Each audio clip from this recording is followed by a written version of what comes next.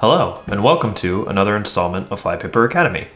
In this video, we're going to learn about the Item1 and Item2 name tags within Sherlock. If you go to the settings of Sherlock, you will find the distill group name template there.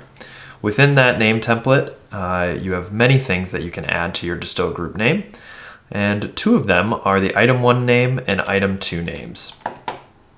So, what will that actually pull into your name of your class group?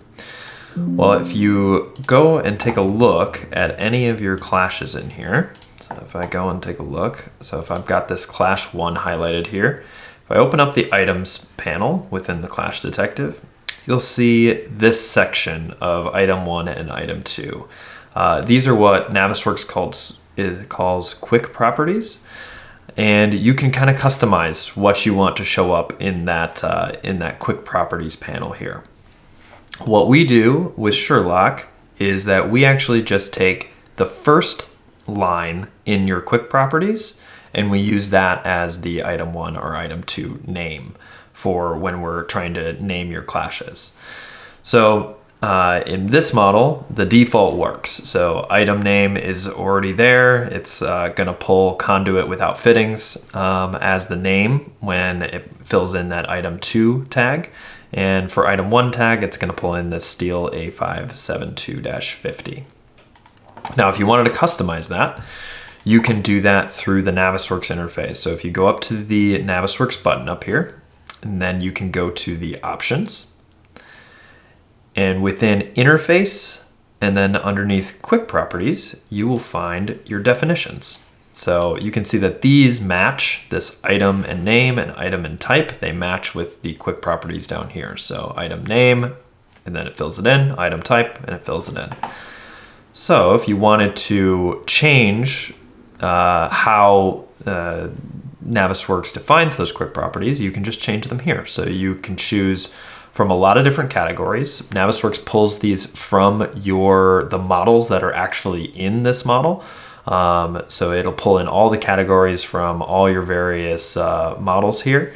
You might have, one way that you want your fire protection models to kind of come up with the name. You might have a different category for those than, say, your electrical model or something that comes out of Revit. So you can go through here and you can kind of define or find the right category that you want for the name. In this case, I'm just going to leave it as item, and then, you can pull in whatever you want. So if I can pull in, file name if I wanted to, or I can pull in layer. So now you can see as I'm changing these, you can see that that has turned into item layer, and then the actual layer that this item was drawn onto.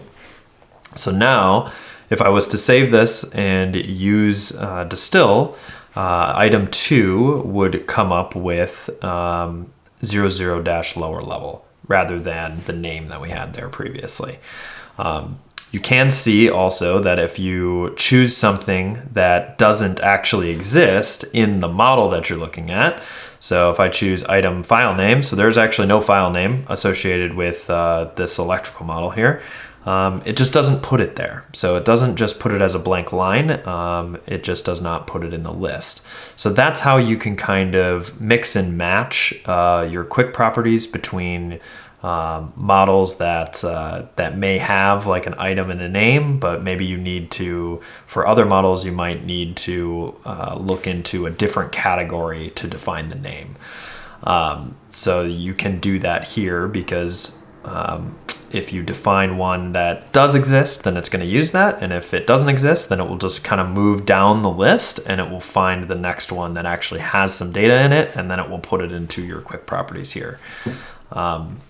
You can then also, add as many of these as you want. So you can add more quick properties so that it kind of works its way down the list until it finds a category that actually has some data in it to put it into your quick properties.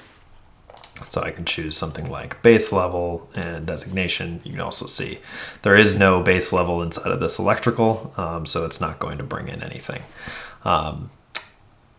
This order of your categories and your properties is directly related to the order that it comes in this list. So just order those as you would want them, as you would want the item names to show up to the top. And then you're done. When you run your Clash Detective now and you group up one of your tests,